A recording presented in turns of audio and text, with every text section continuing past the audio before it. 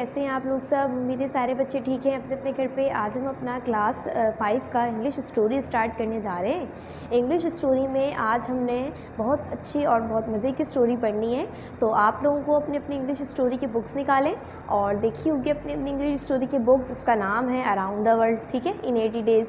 तो वो वाली इंग्लिश स्टोरी आज हम पढ़ने वाले हैं, ठीक है। उसका पहला पार्ट आज हम पढ़ेंगे जो कि बहुत ही अच्छी और बहुत ही इंटरेस्टिंग स्टोरी है। तो आप लोग अपनी अपनी बुक्स निकालें और अपनी बुक का पेज नंबर 8 निकाल लें। ये देखें, ये रही आप लोग की बुक जिसका नाम है around the world in 80 days. तो इसमें जो है हम सबसे पहले क्या पढ़ेंगे, अदर के बारे में पढ़ लेते हैं, मुसन्निफ़ के बारे में जिसने जो है ये स्टोरी लिखी है। तो हमारे पास जो मुसन्निफ़ हैं, ये स्टोरी लिखने वाले हैं, उनका नाम है जूल्स वर्न, ठीक है। जूल्स वर्न जो है वो कब पैदा हुए हैं, 1828 में वो पैदा हुए हैं। कहाँ पर, फ्रांस में पैदा हुए थे। और जब वो जो हैं एक यंग बॉय थे तो वो जो है अपने घर से बहुत ज़्यादा टायर्ड हो चुके थे और वो अपने घर से भाग गए थे। तो वो जब जिस जगह पे भागकर जा रहे थे दूसरे मुल्क, तो शिप की मदद से वो जा रहे थे। तो क्या हुआ था, शिप में उनके एक जानने वाले ने उनको पहचान लिया था कि वो जो हैं किसके बेटे हैं, और जूल्स के फादर को वापस उनको भिजवा दिया, ठीक है, उनके घर वापस भिजवा दिया। उन्हें जो है कहीं दूसरी जगह जाने नहीं दिया। फिर जूल्स के जो फादर थे, हमारे मुसन्निफ़ जो हैं उनके फादर थे, उन्होंने जूल्स वर्न को पेरिस भेज दिया स्टडी करने के लिए, वकील की जो है पढ़ाई पढ़ने के लिए, लॉ की स्टडी करने के लिए उनको कहाँ भेज दिया, दूसरे मुल्क भेज दिया। लेकिन उनको ये सब्जेक्ट बिल्कुल भी पसंद नहीं था और उन्हें जो है वो बहुत गुस्सा आता था ये सब पढ़ने से, लॉ की पढ़ाई पढ़ने से। तो उन्होंने जो है क्या किया, इसके बजाय उन्होंने वहाँ पर प्लेज़ और जो है स्टोरीज़ लिखना शुरू कर दी। और लेकिन जो है शुरू में उनकी स्टोरीज़ बहुत ज़्यादा फेमस नहीं हो रही थी और उन्हें जो है क्योंकि पैसे कमाने के लिए कुछ ना कुछ तो करना ही था, तो उन्होंने क्या किया, वो स्टॉक मार्केट के कारकुन बन गए आगे जाके। क्योंकि वो एक विडो से, एक बेवा औरत से शादी करना चाहते थे। उन्हें जो है बहुत अच्छी लगती थी वो औरत, उसका नाम था होनोरीन। होनोरीन से जो है वो शादी करना चाहते थे। वो एक विडो थी, ठीक है, एक बेवा थी, और उनके जो है 2 यंग चिल्ड्रन थे, 2 बड़े बड़े बच्चे थे। और उसके बाद जब उनकी शादी हो गई होनोरीन से, हमारे जूल्स वर्न की उनसे शादी हो गई थी, तो उनका जो है एक बेटा था जिनका नाम माइकल था, ठीक है। और उसी वक्त उन्होंने, ये जब वक्त चल रहा था उसी वक्त उन्होंने एक और स्टोरी लिखना शुरू की। और जब उन्होंने स्टोरीज़ लिखी तो उसमें जो है स्टोरीज़ इनकी फ़ेमस होने लगी बहुत सारी। और उनकी फ़ेमस स्टोरीज़ के जो नाम हैं, उनके नाम हैं the journey of the centre of the earth. ये इनकी एक फ़ेमस स्टोरी है जो इन्होंने 1864 में लिखी थी। और उसके बाद एक और स्टोरी इनकी फेमस हुई, ठीक है, जिसका नाम था from the earth of to the moon, ठीक है। उसके बाद 20,000 लीग्स अंडर द सिटी, ये इन्होंने 1869 में लिखी और ये भी जो है इनकी बुक बहुत ज़्यादा फेमस हो गई। और एक और बुक इन्होंने ये लिखी थी around the world in 80 days, 1873 में इन्होंने ये बुक लिखी थी जो हम अब पढ़ने वाले हैं, ठीक है। ये भी बहुत ज़्यादा मशहूर हुई थी इनकी बुक और लोग जो हैं ये पढ़कर अपनी जो है इनमें बहुत ज़्यादा इंटरेस्ट लेते थे, इन स्टोरीज़ में, इन प्लेज़ में, ठीक है। और इसके अलावा क्या हुआ था, इसके बाद लोग जो हैं ये इतना मशहूर हो गए कि लोग जो हैं इनको फादर कहने लगे थे साइंस के अफसानों के, ठीक है। और इनकी डेथ जो है वो कब हुई थी, इनकी डेथ हुई थी 1905 में, ठीक है। 1905 में इनकी डेथ हुई थी, फ्रांस में ही इनकी डेथ हो गई थी, ठीक है। चलें, अब ये तो हमारा थोड़ा सा छोटा सा तारुफ था जिसको मैंने आप लोगों को उर्दू में ही बता दिया है यहाँ पर, ठीक है। अब हम आ जाते हैं अपने पेज नंबर 10 के जानिब, ठीक है। पेज नंबर 10 पे हमारे पास यहाँ पर लिखा हुआ है बिफ़ोर यू रीड, यानी कि रीड करने से पहले, स्टोरी का चैप्टर 1 पढ़ने से पहले आप लोगों ने बिफ़ोर यू रीड वाले के काम को जो है समझ लेना चाहिए। तो यहाँ पर जो है मीन्स ऑफ ट्रांसपोर्ट, कुछ जो है ट्रांसपोर्ट दिए हुए हैं। Find these words in pictures, तो इन वर्ड्स को जो है आप लोगों ने पिक्चर में ढूंढना है, ठीक है। तो इन वर्ड में पहला वर्ड है हॉर्स। हॉर्स तो ये रहा, मिल गया, ठीक है। इसके अलावा क्या है, ड्राइवर, ड्राइवर भी ये रहे, कार के अंदर है, ठीक है। इसके अलावा इंजन, इंजन तो यहाँ पे नहीं है, ठीक है। तो जो चीज़ इस पिक्चर में मौजूद है बस आप लोगों ने वही ढूंढ लेना है, और चाहे तो आप लोग टिक भी लगा सकते हैं इसके ऊपर कि ये चीज़ें जो हैं आप लोगों को मिल गई हैं इस पिक्चर में से, इस जो है वर्ड्स में से पिक्चर में, ठीक है। इसके अलावा और क्या मिल गया है, बाइसिकल मिल गई है, ये रही बाइसिकल। एलिफेंट मिल गया है, ये रहा, ठीक है। सेल यानी कि कश्ती चलाने वाले को क्या कहते हैं, सेल, तो ये भी आपको यहाँ मिल गया है, इस पर भी आप लोग टिक लगा लेंगे। स्लेज, स्लेज यहाँ पे नहीं है, ठीक है। इसके अलावा क्या है, व्हील्स, व्हील्स यहाँ पर साइकिल की व्हील्स हैं, ठीक है। इसके अलावा कार, कार भी आप लोग को यहाँ मिल गया है, ठीक है। तो सारी ही चीज़ें यहाँ पे तकरीबन मिल गई हैं। चलें, अब लिखा हुआ है तो अब यहाँ पर देखते हैं हम वोकैबलरी की जानिब आ जाते हैं, ठीक है। तो वोकैबलरी में लिखा हुआ match the following words from 1 to 5 from the chapter 1 with their definitions A to E, you have an example. तो यहाँ पर जो है जो वर्ड्स लिखे हुए हैं यहाँ पे main servant, challenge, fire place, fire brigade और चैरिटी, इनके मीनिंग यहाँ पर कौन कौन से हैं, जो इसके एग्जैक्ट मीनिंग हैं ABCDE में से, वो आप लोगों ने इधर कोने में ब्लैंक पे जैसे फिल कर देना है। जैसे कि मेन सर्वेंट जो है यहाँ पर हमारे पास नंबर E पे लिखा हुआ है, a man who works for someone in their house। Main servant एक ऐसा आदमी होता है जो किसी के घर पे जाके काम करे, उनके घर में जो उसकी खिदमत करे, वो क्या होता है, मेन सर्वेंट यानी कि मुलाजिम होता है, ठीक है। तो मेन सर्वेंट यहाँ पे नंबर E में लिखा हुआ था, तो हमने यहाँ पे मेन सर्वेंट की साइड पे क्या लिख दिया था, नंबर E डाल दिया था, ठीक है। ऐसे ही चैलेंज लिखा हुआ है नंबर 2 पे। अब इनमें से ABCD इन 4 वर्ड्स में से कौन सा वर्ड जो है चैलेंज के लिए बिल्कुल सही यहाँ पर इस्तेमाल हो रहा है, तो नंबर D पे लिखा हुआ है a difficult situation that test someone's ability और डिटर्मिनेशन। चैलेंज के लिए जो है ये वाला नंबर D वाला बिल्कुल सही है। इसका मतलब है कि एक चैलेंज एक ऐसी जो है मुश्किल सिचुएशन होती है, एक ऐसा मुश्किल वक्त होता है जिसमें किसी दूसरे बंदे की जो है हम टेस्ट किसी की काबिलियत को हम चेक कर सकें, ठीक है। तो ये यानी कि किसी को चैलेंज देना यानी कि किसी की काबिलियत को चेक करना कि वो हमारी कही हुई बात पर, हमारी इस मुश्किल सिचुएशन पे पूरी तरह से खरा उतर सकता है या नहीं। तो ये हमारे पास क्या होता है, चैलेंज के लिए लफ्ज़ इस्तेमाल होता है। तो नंबर D पे हमारे पास जो बात लिखी हुई है वो चैलेंज के लिए इस्तेमाल हो रही है, तो आप लोग क्या करेंगे, D यहाँ पर लिख देंगे ब्लैंक बॉक्स में, ठीक है। आगे लिखा हुआ है फायर प्लेस, फायर प्लेस यानी कि आग जलाने की जगह, ठीक है। सबसे पहली तो ये बात आप लोग समझ लें, फायर प्लेस का वर्ड आते ही आपके दिमाग में ऐसा आ जाना चाहिए कि एक ऐसी जगह जहाँ पर आग जलती हो। तो यहाँ पर जो है फायर प्लेस का नंबर A में लिखा हुआ है आ होल इन द वॉल, एक दीवार की तरफ एक ऐसा जो है सुराख होना, where you can burn things, जहाँ पर आप आग जला सकें, ठीक है। और वहाँ जब बहुत ज़्यादा सर्दियाँ हो तो वहाँ पर आग सेक सकें। ये जो है बहुत बड़े बड़े घरों में और महलों में होता है। अक्सर आप लोगों ने जो है मूवीज़ और कार्टून्स में भी देखा होगा बच्चों कि जो है एक जगह ऐसी होती है जहाँ पर आग जलाई जाती है और लोग उसके इर्द गिर्द चेयर लगाकर क्या करते हैं, आग जो है सेकते हैं, ठीक है। तो वो क्या कहलाती है हमारे पास, फायर प्लेस। तो नंबर A पे जो हमारे पास बात लिखी हुई है वो आप लोगों ने नंबर 3 फायर प्लेस पे A लिख देना है, समझ आ गया। तो लास्ट में बचा है हमारे पास फायर ब्रिगेड। फायर ब्रिगेड हम किसको कहते हैं, एन ऑर्गेनाइजेशन, एक ऐसी organisation that stop fire burning, जो आग जलते हुए को बुझाने आती है, वो हमारे पास कौन होते हैं, फायर ब्रिगेड होते हैं वो लोग। तो नंबर कौन सा था, नंबर B, ठीक है। नंबर B को आप लोग इसमें लिखेंगे, फायर प्लेस के साथ वाले ऑप्शन पे लिख देंगे, ठीक है। तो यहाँ पर आप लोगों को ये वर्ड समझ में आ चुके हैं उम्मीद है। अब हम अपने चैप्टर की जानिब आते हैं। चैप्टर 1 में हमारे पास जो है अब हमारी स्टोरी स्टार्ट हो रही है। When Phileas fog meets passport out, जब फिलियस फॉग जो है हमारे वो पासपर्ट आउट से मिले। तो अब जो है स्टोरी स्टार्ट करते हैं। लिखा हुआ है let me begin by introduction a mysterious English gentleman called Phileas fog.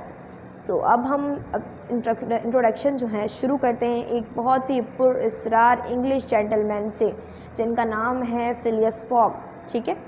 Most people don't know very much about him but because he does the same thing every day some people think they know everything about him.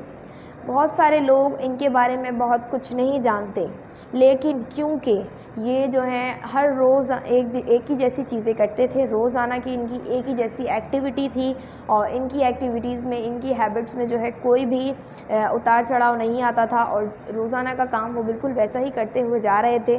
तो बहुत सारे लोग समझते थे कि हम इनके बारे में सब कुछ ही जानते हैं, क्योंकि इनकी ज़िंदगी में तो कुछ नया होता ही नहीं है, सब कुछ पहले जैसा ही होता रहता है। ठीक है, थर्ड पैराग्राफ पे आ जाते हैं। लिखा हुआ है, he is very handsome and he is a true gentleman. He is certainly rich but no one knows how he made his money. वो जो हैं वो बहुत ज़्यादा अमीर थे और ट्रू जेंटलमैन थे, बहुत ही जो है अच्छे और बहुत ही अमीर आदमी थे वो, और वो यकीनन बहुत ज़्यादा रिच थे, बहुत अमीर थे, लेकिन कोई भी ये बात नहीं जानता था कि वो अपने पैसे कहाँ से बनाते हैं और उनके पास पैसे कहाँ से आते हैं। ठीक है, अगले पैराग्राफ पे लिखा हुआ है, has he ever been to another country. He can name a lot of countries on the world map and he knows the most incredible things about them. He probably traveled at one time, but some people insist that, अब मैं दूसरे page पर आ गई हूँ, ठीक है, insist that he has not left London for many years. Maybe he only traveled in his head. तो इसका मतलब है, दोबारा से यहाँ पे पिछले पेज पर आएंगे तो यहाँ पर लिखा हुआ था, has he ever been to another country. क्या वो दूसरे लोग जो हैं उसके बारे में सोचते थे कि क्या वो कभी दूसरे मुल्क भी गए हैं। तो अगर वो कभी दूसरे मुल्क गए ही नहीं तो वो कैसे जो है वर्ल्ड मैप में, जो दुनिया का मैप होता है उसके अंदर से किसी भी ममालिक का नाम बता सकते हैं और उसके बारे में एक ऐसी इनक्रेडिबल चीज़ें बता सकते हैं, एक ऐसी नाकाबिले यकीन बातें बता सकते थे फिलियस फॉग, जो है लोग तभी बता सकते हैं जब उन्होंने वहाँ का ट्रैवल किया हुआ हो, वहाँ का सफ़र किया हुआ हो। तो लोग जो हैं, लोग ये सोचते थे कि वो तो कभी लंदन से बाहर गए ही नहीं है बहुत सालों से, लेकिन शायद उन्होंने कभी ट्रैवल किया हो, जभी तो वो जो है हर जगह के बारे में, हर ममालिक के, हर मुल्क के बारे में जो है बहुत ही अच्छी और नाकाबिले यकीन बातें बता देते हैं, जिससे लोग हैरान हो जाया करते थे। ठीक है, तो यहाँ पर हमारा ये पैराग्राफ ख़त्म हो गया। दूसरा वाला पैराग्राफ स्टार्ट करते हैं। लिखा हुआ है, he is a very private man and he does not have many friends. वो जो है वो बहुत ज़्यादा प्राइवेट रहते थे, मतलब किसी से भी ज़्यादा मिलजुल कर बात नहीं किया करते थे। ही does not have many friends, और उनके जो है वो बहुत ज़्यादा दोस्त भी नहीं थे। तो ये जो हम अभी जितना भी कुछ पढ़ते हुए आ रहे हैं, फिलियस फॉग के बारे में पढ़ते हुए आ रहे हैं, फिलियस फॉग की जो है किरदार के बारे में कि फिलियस फॉग किस तरह के आदमी हैं। ठीक है, तो उसके जो हैं वो बहुत ज़्यादा दोस्त भी नहीं थे। The only time he speaks to other people is at Reform club. एक ऐसा वक्त जब वो दूसरे लोगों से भी, नए लोगों से भी बात किया करते थे, वो कौन सा वक्त था, जब वो रिफॉर्म क्लब में जाते थे। Where he goes to read newspaper and plays card, और वहाँ वो जाते थे न्यूज़पेपर पढ़ने के लिए और कार्ड्स का गेम खेलने के लिए। ठीक है, क्लब में जाया करते थे वो। He does not play to win. Phileas Fogg जो हैं वो जीतने के लिए नहीं खेलते थे। He plays for enjoyment of the game, और वो खेला करते थे किस लिए, ताकि जो है वो इन्जॉय कर सकें, गेम की इन्जॉयमेंट के लिए वो खेला करते थे सिर्फ और सिर्फ, और जो है वो पैसे कमाने के लिए नहीं खेला करते थे कि मैं कार्ड के गेम में जीत जाऊंगा तो मेरे पास बहुत सारे पैसे आ जाएंगे। इनका ऐसा कोई भी जो है जहन नहीं था, क्योंकि ये बहुत ही पहले से ही बहुत रिच थे। ठीक है, ही ऑफन विंस, वो अक्सर औकात जीत भी जाया करते थे। But he does not keep the money, लेकिन वो पैसे अपने पास नहीं रखते थे। जो है ये कार्ड्स खेल के जो ये पैसे जीतते थे, वो पैसे वो अपने पास नहीं रखते थे।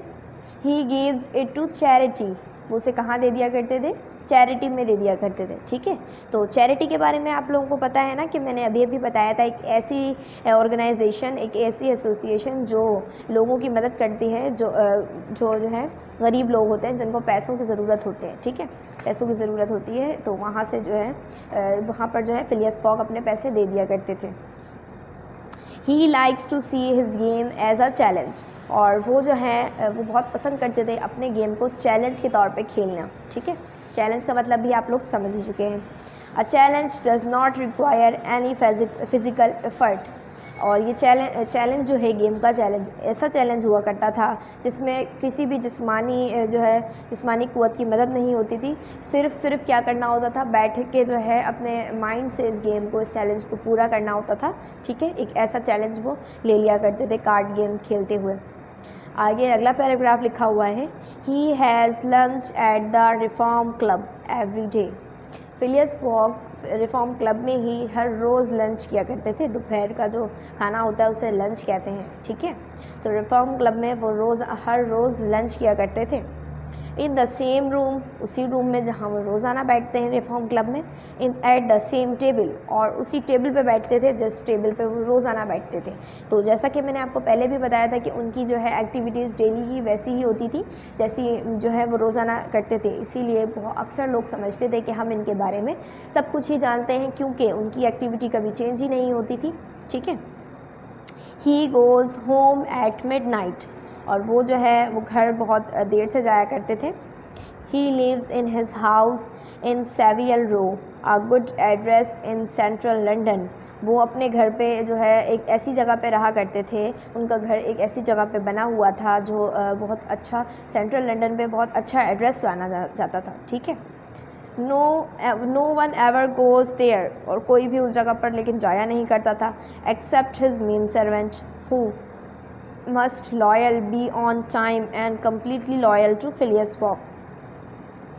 उनके घर में कोई भी नहीं रहता था सिवाय उनके मेन सर्वेंट के, उनके मुलाजिम के सिवा उनके घर पे कोई नहीं रहता था। और उनका मुलाजिम कैसा था, उनका मुलाजिम भी उनकी तरह हर काम का वक्त का पाबंद था और हर काम बहुत ही ज़्यादा वफ़ादारी से किया करता था फिलियस फॉग का। ठीक है, फिलियस फॉग का हर काम वो बहुत वफ़ादारी से करता था। In fact this morning his man servant lost his job, और क्या हुआ, एक सुबह इसके मुलाजिम ने जो है अपनी जॉब खो दी। Because the water he brought Phileas Fogg was too hot to shave with. तो जो है एक उनके मेन सर्वेंट ने, इनका जो नौकर था, उनका जो मुलाजिम इनके घर पे रहता था, एक दिन उसने अपनी जॉब खो दी, क्योंकि वो फिलियस फॉग के लिए जो पानी लेकर आया था उसकी शेप बनाने के लिए, क्योंकि फिलियस फॉग जो है वो शेप करने वाले थे, तो फिलियस फॉग के लिए जो वो पानी लाया वो इतना ज़्यादा गर्म ले आया जिससे जो है फिलियस फॉग को बहुत ज़्यादा गुस्सा आ गया, और फिलियस फॉग ने उन्हें जॉब से, अपने मेन सर्वेंट को जॉब से निकाल दिया। ठीक है, and this is where our story begins, और अब यहाँ से हमारी स्टोरी शुरू होती है, हमारी कहानी शुरू होती है। ये सब हमने फिलियस फॉग के बारे में जान लिया है कि वो किस तरह के आदमी है। ठीक है, Phileas Fogg was sitting in his arm chair waiting for his new man servant at some time between 11 and 11:30। Phileas Fogg जो हैं वो बैठे हुए हैं अपनी आरामदाह कुर्सी पे और इंतज़ार कर रहे हैं अपने नए मुलाजिम का। इस वक्त टाइम हो रहा था उनके घर पे 11 या 11:30 का, और वो जो है अपनी कुर्सी पे बैठ के अपने नए मुलाजिम का इंतज़ार कर रहे थे। Exactly 11:30 mister Fogg goes to Reform club. हर रोज़ 11:30 बजे मिस्टर फिलियस फॉग जो हैं वो रिफॉर्म क्लब को चले जाया करते थे। He looked up at the hand of the large clock by the wall that counted every second with a loud tick। वो जो है अपनी घड़ी की तरफ देख रहे हैं बार बार, जो कि बहुत ही बड़ी जो है घड़ी इनके जो है कहाँ लगी हुई है, यहाँ सामने लगी हुई है। ये देखें यहाँ पर एक घड़ी है, ये फिलियस फॉग जो है अपनी चेयर पे बैठे हुए हैं और ये इनके सामने जो है एक घड़ी लगी हुई है जो कि बहुत ही ज़्यादा लाउड टिक टिक करती है और हर सेकंड को जो है वो बहुत तेज़ आवाज़ में टिक टिक करती हुई जो है काउंट कर रही है। उन्होंने अपनी घड़ी में उस घड़ी में टाइम देखा है। तो there was a knock at the door and a young man of about 30 came in. तो क्या हुआ, दरवाज़े पे दस्तक हुई और एक जवान आदमी जो है इनके घर पर अब आ चुका है। शायद इस वक्त 11:30 का टाइम हो रहा हो, लेकिन हो सकता है, ऐसे यहाँ पे बोला हुआ है अबाउट द 30, तो अभी जो है मुकम्मल सही टाइम पता नहीं है। शायद 11:30 के टाइम तक जो है वो एक यंग मैन आ चुका है यहाँ पे। ठीक है, तो अब हम अपनी स्टोरी आज के लिए यहीं तक के रखते हैं। उम्मीद है आप लोगों को फिलियस फॉग की स्टोरी समझ में आ रही है। ठीक है, आगे इस स्टोरी में क्या हुआ है वो हम अपने अगले लेक्चर में पढ़ेंगे बच्चों। तो तब तक के लिए अपना बहुत सारा ख्याल रखिएगा। इसके बाद क्या हुआ है और इसने जो है जो नया मेन सर्वेंट फिलियस फॉग का आ रहा है अब वो जो है कौन है, उसके बारे में भी हम अपने अगले लेक्चर में पढ़ेंगे। ठीक है, अब बहुत सारा ख्याल रखें। अल्लाह हाफिज़।